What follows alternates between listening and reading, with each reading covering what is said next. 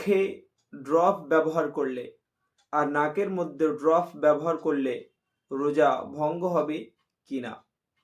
আসসালামু আলাইকুম রহমতুল্লাহি ওবারাকাতুহু।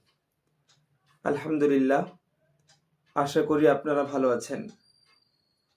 সম্মানিত সুধী, বিগত আলোচনার নেই আজ আলোচনা করা হবে পবিত্র রমজানুল মুবারক মাসের এমন কি কারণ যে কারণে রোজা ভঙ্গ হয়ে যায়, আর কোন সেই কারণ যে কারণের সম্মুখীন হলে রোজা ভঙ্গ হয় না।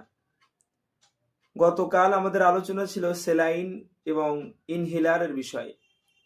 আজ আমাদের আলোচনা আছে চোখ। সম্মানিত আমার দিনদার মুসলমান ভাইরা, সর্বপ্রথম আমরা জানব চোখে ড্রপ ব্যবহার করলে রোজা সহিহ হবে নাকি অশুদ্ধ হয়ে যাবে। সর্বপ্রথম আমরা জানব যে চোখে যখন আমরা ড্রপ ব্যবহার করি, তো এই চোখ কিন্তু পানাহারের কোনো স্থান না। আর চোখে যখন আমরা ড্রপ ব্যবহার করব, সেই ড্রপ কিন্তু আমাদের খাদ্যনালীতে পৌঁছায় না। যার কারণে কিতাবের মধ্যে এসেছে চোখে যদি ড্রপ ব্যবহার করা হয় তাহলে আমাদের রোজা ভঙ্গ হবে না। এবং যদি এমন কোনো ড্রপ থাকে যে ড্রপগুলো চোখে ব্যবহার করলে শরীরের পুষ্টি যোগায়, তাহলে কিন্তু আমাদের ওই সমস্ত ড্রপ ব্যবহার করা মাকরুহ হবে। আর যদি এরকম কোনো ড্রপ না থাকে যে চোখে যদি আমি ব্যবহার করি আমার শরীরে কোনো পুষ্টি না যোগাই, আর খাদ্যনালীতে যদি আমার সেই ড্রপের কোনো রকমের প্রভাব না পৌঁছায়, তাহলে সেই ড্রপ আমরা ব্যবহার করতে পারবো এবং আমাদের রোজা আলহামদুলিল্লাহ শুদ্ধ হবে।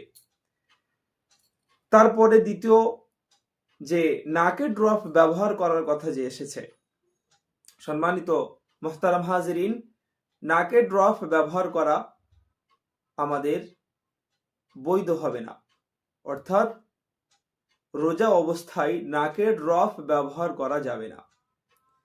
কেননা সহিহ তিরমিজির মধ্যে এসেছে 788 নম্বর হাদিসের মধ্যে এসেছে, হাদিসের একটা অংশ, আল্লাহর হাবিব মুহাম্মদ আরবি সাল্লাল্লাহু আলাইহি ওয়াসাল্লাম বলেছেন, বালিগ ফিল ইস্তিনশাক ইল্লা আন তাকুনু সাইমান, যে তোমরা নাকের ভিতরে পানি পৌঁছাও, কিন্তু যখন তোমরা রোজা অবস্থায় হবে, রোজা অবস্থায় থাকবে, তখন নাকের গভীরে পানি পৌঁছানোর প্রয়োজন নেই।